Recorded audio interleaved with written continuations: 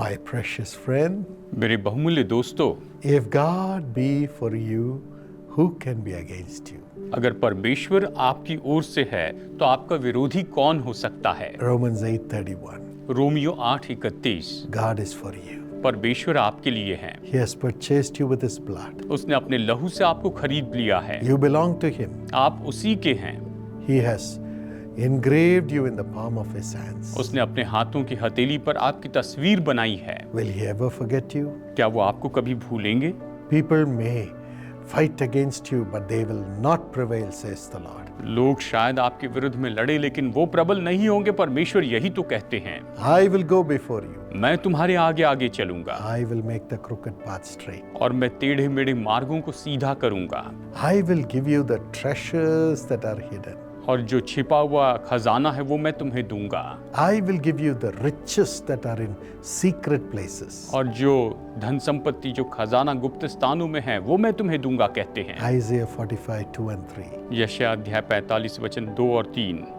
Nobody can overcome you by being against you, says the Lord. प्रभु कहते हैं कि आपके विरुद्ध में आकर कोई भी आप पर जयवंत नहीं हो सकता है। I am with you always. मैं हमेशा आपके साथ में हूँ। Do not be afraid. और आप भयभीत ना हो।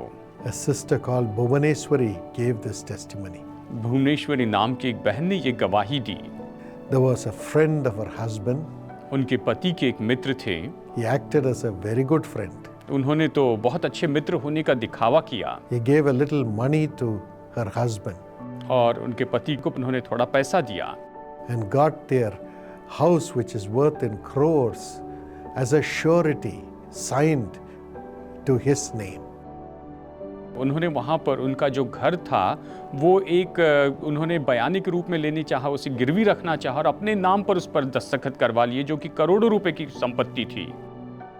And suddenly he said, this house belongs to me. और अचानक उन्होंने कहा कि ये घर तो मेरा है, So vacate the house. इसलिए तुम ये घर खाली कर दो।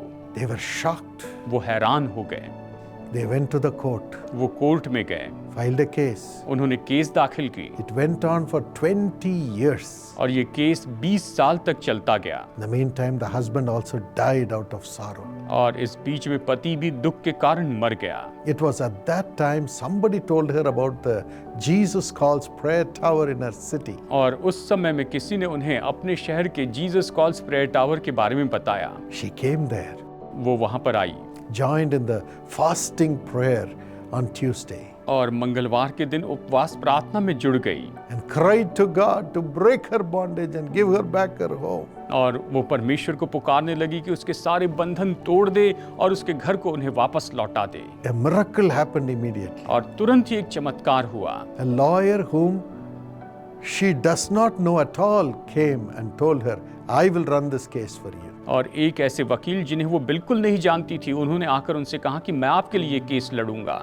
He ran the case. उन्होंने वो केस लड़ी And the judge was in the favor of passing the judgment in her favor. और न्यायाधीश ने जो केस थी वो इनकी ओर से दी। She got back her house. उन्होंने अपना घर वापस पाया। Today she is living in her own house. आज वो अपने घर में रह रही हैं। If God be for us, अगर परमेश्वर हमारी ओर से हैं who can be against तो us? हमारा विरोधी कौन हो सकता है? Father, पिता, I pray that you will deliver everyone who is suffering because of the wicked acts of the wicked people. प्रार्थना करता हूँ प्रभु, जो दुष्ट लोगों के बुरे कामों के कारण दुख उठा रहे हैं, आप इन्हें छुटकारा दीजिए। Save them from their enemies, Lord. इन्हें इनके शत्रु से छुड़ाइए प्रभु। Do a miracle, Lord. प्रभु आप चमत्कार कीजिए। Give them victory in their court cases. इनके कोर्ट केस में आप इन्हें विजय दीजिए। Immediately they must have justice. तुरंत ही ये न्याय पाने वाले बने। They must get back their money which they have given to others. इन्होंने पैसा जो दूसरों को दिया है, ये तुरंत उसे वापस पाएं। Let those who are sitting in their house without paying rent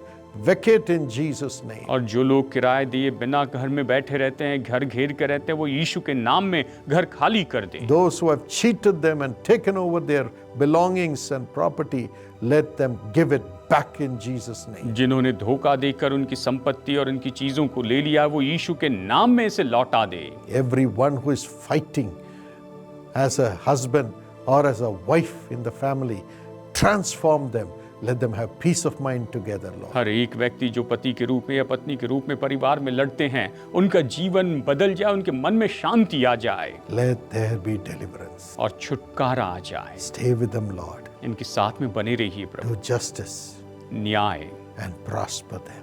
उन्हें न्याय कीजिए और इन्हें संपन्न बनाइए। Build their lives again. इनके जीवन को उभारिए प्रभु। Thank you for doing it. ऐसा करने के लिए धन्यवाद। In Jesus' name. यीशु के नाम में Amen. आमीन। God bless you. प्रभु आपको आशीष दे।